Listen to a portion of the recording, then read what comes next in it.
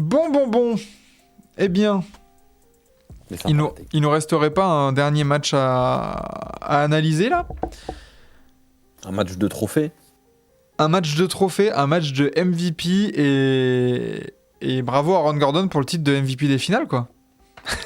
Bravo Aaron Gordon pour le titre de MVP des finales. Bravo pour son trophée de Clutch Player of the Year. Faut en parler. Faut en parler. Mais même au global, les playoffs 2025 d'Aaron Gordon. Pardon. Un mec qui est censé être un peu amoindri, hein. En plus. Mais En plus, il y avait 2-3 bordel. rumeurs de blessures. Mais contre toute attente, après leur série en 7 face aux Clippers, les Nuggets donc, qui se sont imposés. Chaque fois, j'oublie le nom de cette salle. À la Ball Arena? Non, attends. parce que c'était À à OKC? OKC. Ouais, appelons-la la Chesapeake. Ça a dû changer de nom, mais ça restera la Chesapeake Arena. Bref, c'est bon. ils sont allés gagner ce Game 1 dans l'Oklahoma. C'est le Paycom pour faire Center. le Paycom Mais Center. c'est quoi ces noms? Voilà. Ces noms pourris là qui changent tous les 5 ans, sans déconner. Ouais, mais tu vois, je préfère ça plutôt que tout ce qui est Toyota Center, Smoothie King Center. La Little Caesars Arena, la salade César là. La crypto.com. Ouais. Non, mais voilà, Denver qui. Match de traînard un peu. Ouais. Ça peut se comprendre, tu sors d'une série en 7, mais match de traînard, et t'as ton géant serbe là qui fait un match monstrueux. Bah alors, parlons-en. Il a tabassé le secteur intérieur d'OKC.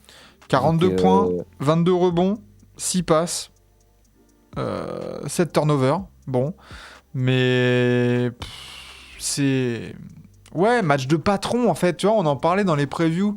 On parlait d'un possible Jokic épuisé. Ça sort d'une grosse série disputée contre les Clippers.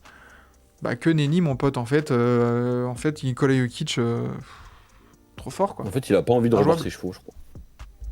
Non, mais surtout un leader sur le terrain. En dehors aussi, tu vois, on l'a vu, c'était lors d'un temps mort en première mi-temps. Le coup de gueule qu'il envoie à ses coéquipiers. Ouais, sur le banc là. Ouais, Non, même si c'est pas la première fois depuis 2-3 mois là, qu'on voit Jokic un peu prendre, on va dire, les rênes sur ce plan-là, dessiner des schémas, essayer de vraiment d'orienter, d'aiguiller le mieux possible ses coéquipiers. Mais moi, je trouve que c'est vraiment à l'image du leadership du joueur, quoi. trop fort. Genre, tu vois, j'espère, je suis désolé de revenir dessus, les Clippers, j'espère que Kawhi il a vu ce match. Ouais, bah oui. J'espère que Kawhi a vu ce On en match. parlait, hein. Le rôle de leader, le rôle de prendre un peu le relais. Surtout quand tu connais le contexte des Nuggets avec un coach intérimaire. Donc forcément, tu vois, là, par ce coup de gueule et par ce leadership vocal, Nikola Jokic, c'est pas seulement pour motiver ses troupes, c'est pas seulement un move de leader envers les joueurs, mais ça montre tellement aussi pour son coach. Je trouve. Tu vois, je le prends pas du tout comme un joueur qui veut prendre la place de son coach, mais plutôt que, genre, viens, je vais t'aider. Moi, je suis là depuis longtemps. C'est moi le leader. Toi, t'es intérimaire. Tu viens d'arriver. Ça fait même pas 2 mois, il est là. Il a plus de victoires en playoff qu'en saison régulière. Adelman. Eh ben, écoute, on va y aller. On va se prendre par la main et on va y aller tous ensemble. Et ouais, gros move de leader. Voilà. Harden, Kawhi, De leader, prenez-en tu de vois, la même graine. si c'était lors du début d'un temps mort, donc on sait qu'en général, c'est à ce moment-là, les coachs se réunissent entre eux et laissent vaguement les joueurs du coup se poser. Et c'est à ce moment-là que Jokic est intervenu. Mais outre Jokic, Aaron Gordon, Russell Westbrook, bonjour. Oui. Russell Westbrook, même du Chris Brown qui a été un peu moins vu au scoring, mais tu vois, je regarde, t'as du 13 points, ça joue 40 minutes, et c'est ce genre de profil en plus qui se sont vachement bien greffés à Jokic avec le temps. Et vraiment, ça emmène tout ce groupe, et à l'image, même si je le répète beaucoup lors de cette émission, à l'image de leur premier tour, Denver, bah en fait, tant que tu les as pas achevés, mon gars, faut être sur le qui-vive. C'est ça, parce que OKC est encore une fois devant la majeure partie du match. Ah ouais, ouais. OKC est devant, ça gère, ça développe son basket, ça joue un peu moins sérieux, je trouve, que ce qu'on a pu voir d'OKC. Ils m'ont un peu déçu, un peu dans l'exécution, même dans le sérieux en attaque. Et je trouve qu'il y a eu beaucoup de ballons perdus inhabituels, de paniers faciles, des lay-ups là, loupés un peu comme ça. Tu sais, un peu, peut-être pas de décontraction, mais tu vois, pas assez focus. Et au final, comme tu Non, dis, mais le manque de rythme, mine de rien, tu vois. Parce ouais, que tu peut-être regardes, aussi. j'étais en train de me faire les calculs dans ma tête pendant que tu parlais.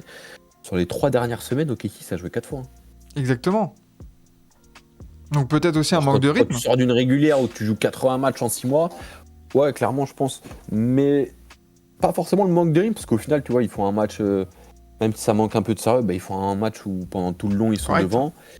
Et c'est plus, à la fin, dans le clutch, c'est plus eux qui se le perdent que réellement Denver qui tape du poing sur la table, même si au final, Denver a tapé du poing sur la table.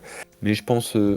après, c'est une série qui a basculé, un match qui a basculé du côté de Denver, parce qu'on pourra revenir sur cette philosophie de vouloir faire faute alors qu'ils mènent de 3, qui est un style, on a pu le voir plus à l'européenne, et qui, malheureusement, bah, après, tu te retrouves à avoir Chet sur la ligne. Chet, il est jeune, les gars, faut pas l'oublier, même si on répète, il a un immense potentiel et un profil très intéressant. Il est jeune, il lâche un 0 sur 2 au pire des moments. C'est dur. Et derrière, tu te fais attraper. Mais OKC doit terminer ce match bien avant. Et tu vois, au OKC, on en parlait aussi, notamment, tu vois, sur les perspectives vers un Game 2. Je crois qu'il est ce soir, d'ailleurs, hein, le Game 2, cette nuit. Quand on voit la bataille au rebond, je trouve que, vu les joueurs que tu as, tu peux pas te faire out-rebond de 20. Denver a pris 20 rebonds de plus qu'OKC, tu vois, au total. C'est beaucoup trop. Dont 21 offensifs. T'as pas le droit. Beaucoup trop, t'as pas le droit. Et pourtant, tu vois, Denver fait un mauvais match avec le ballon, tu vois, ça fait 18 turnovers. Même Jamal Murray est pas forcément bon, tu vois, il fait des stacks corrects, mais dans le ressenti, je le trouve pas... Jamal Murray est assez neutre, Michael Porter Jr. est dégueulasse. Tu l'as dit, après, Christian Braun et Aaron Gordon, ça fait le taf, c'est sérieux, c'est des putains de soldats. T'as un Jokic au-dessus du lot, mais tu peux dire du côté de Denver que tu t'es reposé sur 5 joueurs, en comptant Russell Westbrook en sortie de banc, pour gagner ce match-là. Et du côté d'OKC, où on glorifiait un peu cette espèce de profondeur de banc, où on se disait, ouais, tu peux avoir du Isaiah Joe qui peut planter, du Aaron Wiggins, t'as Caruso sur le banc qui a fait un match énorme, Alex Caruso. Finalement, force est de constater que là, hashtag expertise avec un gros H, parce que ça s'est pas vu du tout du côté de l'OKC. Du tout. T'as un Shea à 33 points. Est-ce que Shea Gilgeous-Alexander... j'ai l'impression d'avoir vu un match de saison régulière de Shea. Après, parce que les playoffs du Thunder ont réellement commencé hier. Voilà, ouais. On va pas revenir sur la série face à Memphis. On a déjà dit ce qui s'est passé, ce qu'on en pensait. Mais tu vois, ce manque de rythme, avec ce manque de match à intensité à ce niveau-là surtout, c'est ce qui leur a manqué, clairement je pense. Et après, il y a peut-être certains ajustements à faire, parce que je sais pas ce que tu en as pensé, mais voir Chet défendre sur Jokic, je t'avoue, j'ai pas trop compris moi. Ouais, après... Offensivement, derrière de l'autre côté du terrain, c'est le même résultat. Hein. Oui, c'est clair. Chet est un peu frêle encore, est un peu juste, un peu bleu pour vraiment ce genre de match-up et de confrontation, surtout face à un Nikola Jokic qui est sur un nuage. Après, est-ce que Hartenstein est peut-être un peu plus tanké et peut-être un peu plus intelligent aussi, un peu plus de bouteilles pour aller chercher des fautes, pour aller provoquer des pertes de balles ou des trucs comme ça, peut-être. Et on avait évoqué l'idée de pas les faire jouer en même temps, Chet et Hartenstein, quitte du coup à faire jouer Chet avec Caruso, tu vois, en espèce de général de la seconde unité. Ouais, pourquoi pas, faudra voir. Après, peut-être c'était aussi une stratégie sur le plan offensif, tu vois, pour essayer de faire sortir Jokic. Mais oui, il faudra voir. Après, c'est pas parce que tu as perdu le premier match à domicile que tout de suite il faut changer tes plans. Mais en tout cas, il y aura une réaction qui est attendue. Et je pense qu'au-delà du résultat, du score final du Game 2, je pense qu'on va surtout regarder la physionomie, la manière, le visage affiché. Bah, tu peux dire, tu as raison un peu d'euphémiser, je sais pas si c'est français, mais voilà, d'user d'euphémisme pour tempérer un peu cette défaite, parce que oui, du côté de Casey, tu perds. Je l'ai vu passer aussi sur Twitter, les gens qui pensaient que ça serait un 16-0, calmez-vous, évidemment que tu as des défaites. C'est une défaite de 2 points, au buzzer, face à un Jokic énorme. Toi, t'as pas pu compter sur un Jalen Williams très adroit, 5 sur 20 au tir. C'est pas vraiment ce dont il nous avait habitué cette saison. Ouais, t'as perdu un match. C'est pas si grave que ça. On attend les ajustements. Le Game 2 sera primordial. Parce que aller gagner dans le Colorado, c'est déjà pas facile. Mais alors devoir remonter à un déficit de 2 victoires, complexe. Vraiment pas simple. Donc ouais, Game 2 primordial. On va attendre des ajustements. Je pense pas que ce soit des ajustements vraiment flagrants en termes de rotation. Mais plus en termes de... Je les attends plus dans l'attitude, dans la manière d'aborder ces matchs-là. Et ouais, les gars, de rentrer un peu dans le charbon, quoi. C'est les playoffs, ça y est, ça commence, comme t'as dit. Hein. C'est bon. Là, c'est pas Memphis, c'est Denver d'un mec qui est... d'un joueur all-time, en fait. Et peut-être, tu vois, je regardais les temps de jeu pour les joueurs du Thunder. Peut-être simplement aussi resserrer un peu plus ta rotation et accentuer, forcer un peu plus sur certains joueurs. Tu vois, je vois Shai 39 minutes, alors c'est bien, mais que tu peux pas gratter un peu plus. Caruso, il t'en sort 26 en sortie de banc, c'est propre. Lou Dort, 29 minutes. Hartenstein, Holmgren, 28, 27. Ouais, non. Des petites choses comme ça, tu vois. Genre, au final, t'as aucun joueur qui joue plus de 40 minutes. Parce que je suis désolé, en fait, c'est les playoffs. S'il y a un moment où il faut que tu forces, que tu tires sur la corde pour ton effectif, c'est maintenant. Alors oui, le chemin est encore long pour des équipes comme ça, mais à l'image de Denver, eux, ils ont pas peur de faire jouer leur gros ours, là, 45 minutes. Sachant que OKC sort d'une série très facile, donc le repos, ils l'ont eu.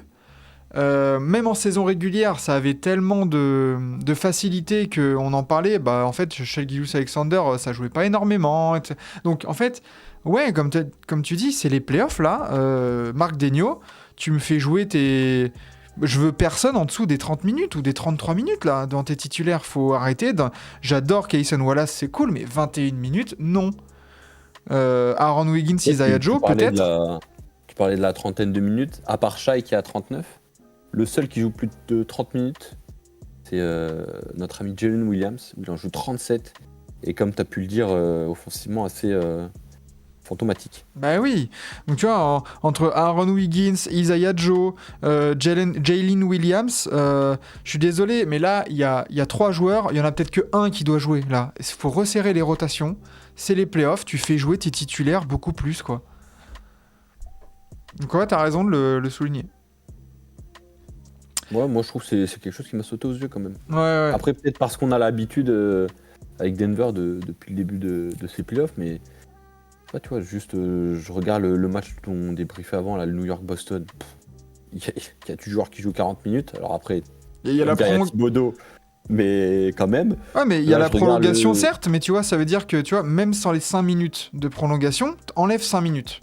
Bah, t'as Brown à 39, White à 39, Tatum à 39, alors Ford, il a 29 minutes, jour où l'idée, il sera à 33. Bah ouais, t'as 4 joueurs au-dessus des 33 minutes de jeu. Du côté de New York, bon bah t'as dit Thibodeau, on est habitué.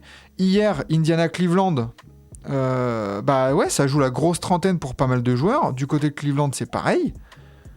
Minnesota, Golden State, Butler, il joue 41 minutes. Buddy Hield, il joue 39 minutes. Je vais regarder.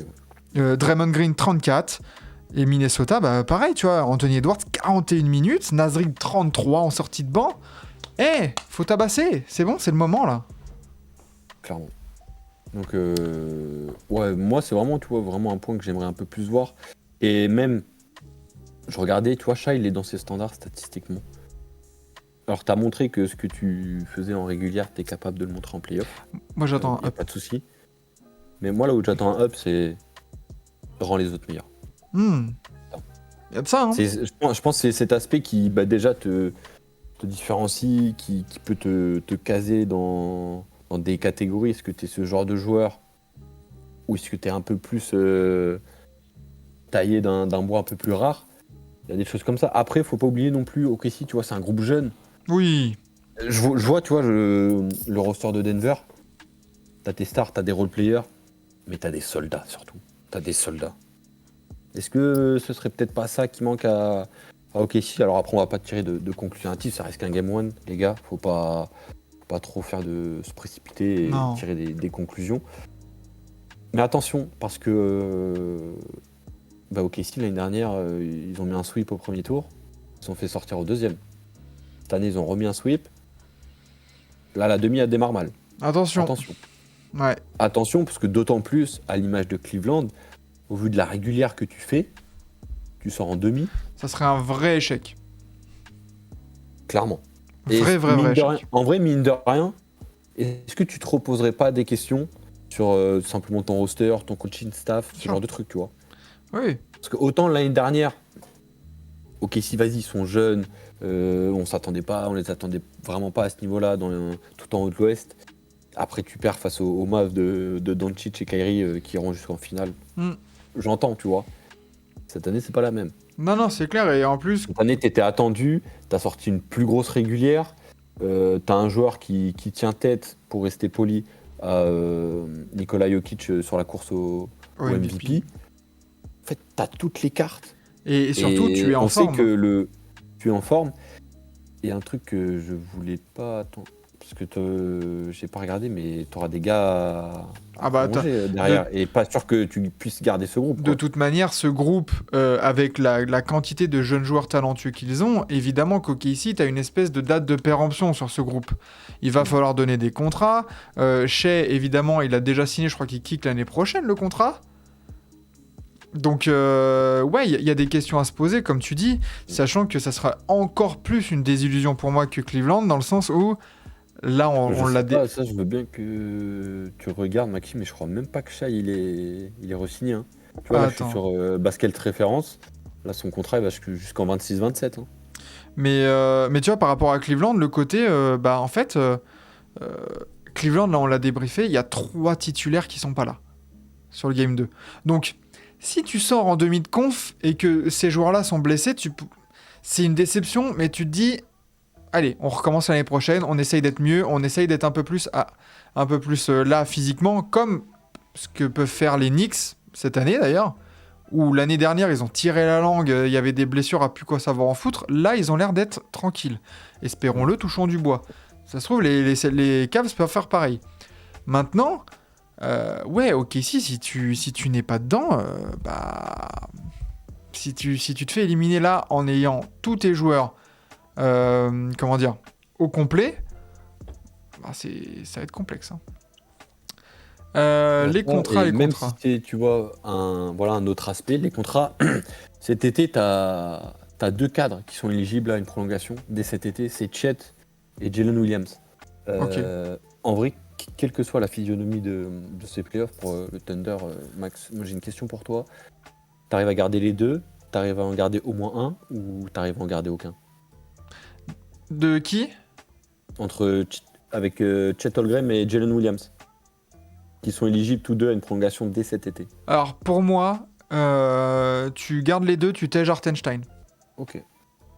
T'essaies de garder les deux. Hartenstein, c'était une occasion qu'il fallait prendre, mais je pense que tu le sacrifies pour pouvoir garder ton young core là. Je pense que le trio Williams, Shai et Chet Holmgren, il est trop complet, trop complémentaire pour le laisser filer, quoi.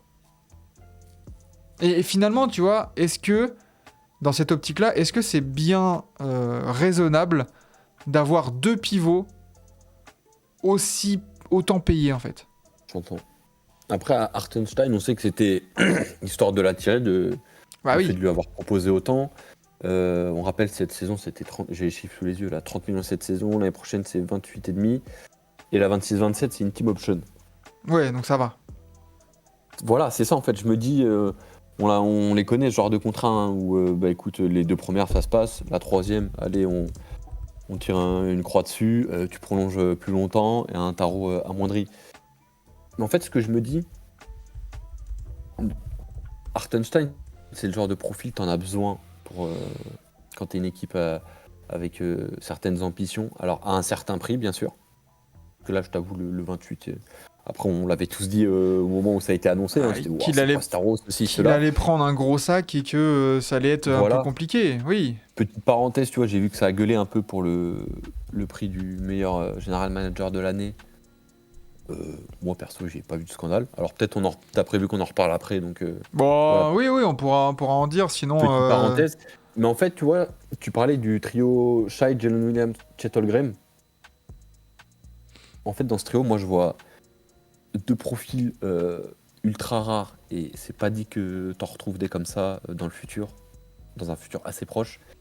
Et un autre profil, dans la personne de Jalen Williams, où bah, simplement t'auras moins de difficultés à trouver, je pense, un joueur comme lui avec ses qualités, son profil.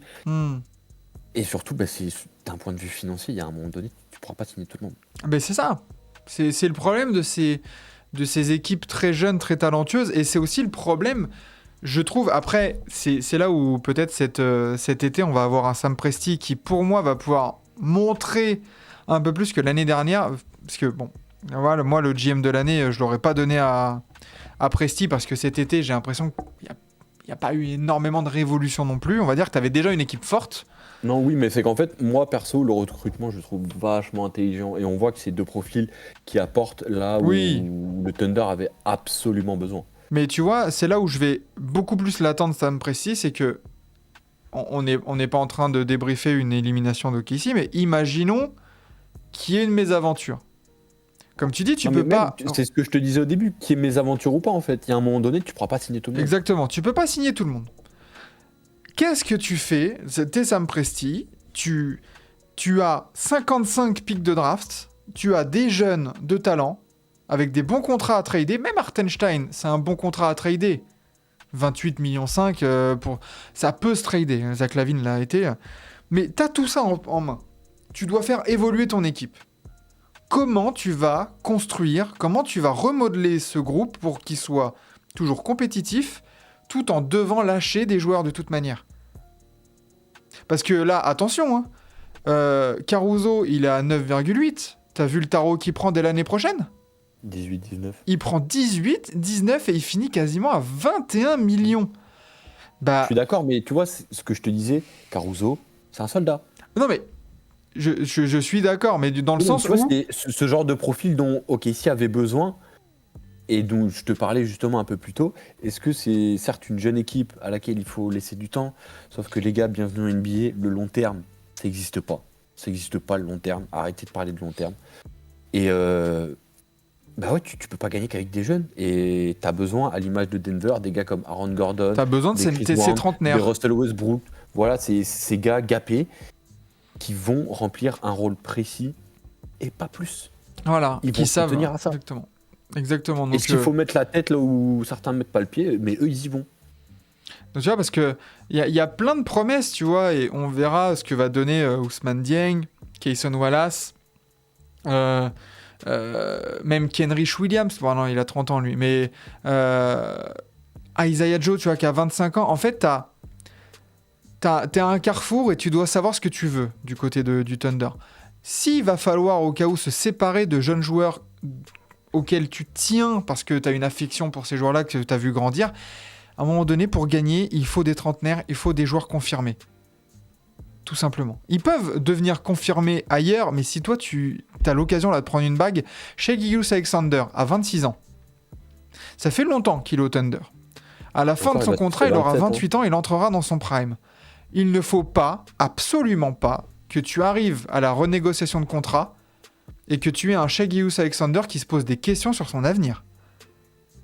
Faut pas que tu te retrouves dans un deal à la Devin Booker où il est énorme. T'as eu des équipes très fortes, mais finalement qui se disent en fait, est-ce que mon prime, j'ai envie de le passer à OKC? Tu vois. Là, faut que tu lui apportes dès cet été, dès peut-être cette année, avec un bon run de playoff, mais faut que tu lui apportes des assurances à Shai Gilgeous-Alexander. Et c'est en ça où Sam Presti, cet été, t'as du taf, mon pote. Et au-delà, Sam Presti, en fait, a été capable de montrer avec OKC que la reconstruction, lui, il sait faire. Il est malin. Alors pendant longtemps, je me souviens, on a critiqué, ouais, mais Sam, t'as trop de pics, ceci, cela. Il a pris le temps. Voilà où la franchise en est rendue aujourd'hui. Et sauf que là, ils arrivent à un carrefour où je me souviens, les Warriors se sont cassés les dents. Et tu peux pas être compétitif et former les jeunes en même temps. Là, faut trancher. T'as des jeunes joueurs, là, je vois. Moi, Isaiah Joe, t'as prolongé déjà, mais t'as Chet, 23 ans. Tu vas avoir du Kayson Wallace, 21 ans, Smating, 21 ans. Nicolas Topic, 19 ans. Jalen Williams, 24 ans. Il y a des gars qu'il va falloir prolonger. Et il y a des gars, il va falloir leur dire, alors c'est cruel, c'est pas contre toi, mais il y a un moment donné, non, tu fais plus partie des plans parce que ceci, parce que tel point, parce que ci, parce que ça. Et à l'image un peu de Josh Giddey l'année dernière, écoute, c'est pas pour autant qu'on va te bazarder je sais pas où. On peut très bien s'arranger, mais tu rentres plus dans nos plans à nous le Thunder, tu rentres plus. On n'a plus le temps pour te former. Exactement. Et tu as récupéré quoi contre Josh Giddey? Alex Caruso, qui t'apporte trentenaire. Et let's go, on part sur un run de playoff. Donc ouais, bon, on verra ce que va donner le Thunder. Ça se trouve, grosse réaction. Et en fait, ils vont aller jusqu'au titre. On va faire, en fait, prenez un ou deux titres. Et après, de toute façon, on leur souhaite. Hein. On leur souhaite. Et au cas où, même s'ils doivent se séparer des jeunes, je pense que les fans, même si tu as eu un ou deux titres, tu vas pas du tout gueuler. Mais en tout cas, on a eu raison un peu de voir un peu ce côté... OKC, c'est un peu la saison ou jamais d'être sérieux et de montrer que, let's go, en fait, tu peux grandir. T'es pas qu'une équipe de jeunes. Pour le moment, dans ce Game 1, on l'a senti un peu de jeunesse, quoi. Un peu normal bon. Aussi. Et c'est normal, tout à fait. Très bien. Encore de la marge, mais faut pas trop se reposer dessus non plus. Ouais. Quand je parle de marge, c'est-à-dire... alors oui, au vu de leur saison, ce serait un total échec de se faire éliminer, que ce soit au deuxième tour ou en finale de conf. Mais je pense que tu as encore cette marge justement de te dire, bon, cette année ça va pas marcher, on repart l'année prochaine avec un noyau de groupe similaire. Même si on l'a déjà dit dès cet été, en fait, il y aura des choix à faire. Exactement. Des chèques à signer et d'autres à ne pas signer. Il va falloir sortir le carnet de chèques et le stylo. Mais j'ai une question quand même, au cas où, juste histoire Vas-y. On a parlé du GM, on a parlé du roster. Marc Daigneault. Simple curiosité, je suis pas en train de dire ouais ça pue pas, juste est-ce qu'en cas d'échec prématuré tu t'en sépares ou tu le gardes quand même, il t'a montré que tu pouvais lui faire confiance et qu'il peut développer et mener ce groupe? Je sais pas trop. Je sais pas parce qu'il a quand même montré des belles choses. Je pense que je lui redonne un peu, je lui donne du crédit évidemment et je le laisse encore. Je pense que d'abord dans l'ordre des priorités, tu aurais le remodelage de l'effectif et après au cas où tu peux juger Daigneault si tu lui donnes vraiment le roster, tu vois, un roster amélioré au cas où, que tu fais les moves, tu te sépares de trucs, ouais, tu prends des risques et si après ça paye pas, là tu pourrais dire bon Marc Daigneault. Je te rejoins. Tu vois, genre, il y a un plafond de verre. Parce qu'il faut pas oublier, je sais que c'est notre ami Quentin qui en parlait lors de la dernière émission, on en a marre de la valse des coachs, ils se les passent, ils vont de franchise en franchise, on veut des nouveaux coachs. Ok, ici, ça a été l'une, voire la première franchise à dire, nous, on fait confiance à un nouveau coach, exactement. On le signe, et voilà, il nous a emmenés. Voilà. C'est bien. Après, je te rejoins, tu vois, où t'es obligé de lui donner du crédit. Hein. On rappelle l'année dernière, Coach of the Year. Cette année, il finit 2 ou 3, je sais plus. Non, 3, c'est Udoka. Il finit 2. Enfin bref, il fait une très bonne saison. Mais maintenant, est-ce qu'il est capable de faire passer ce step à cette équipe? Est-ce qu'il va savoir s'ajuster aussi en fonction des séries qu'il rencontre, notamment celle contre Denver? Mais moi, en tout cas, je te rejoins. On garde Presti parce que on garde Marc Daigneault parce que chapeau bas garçon.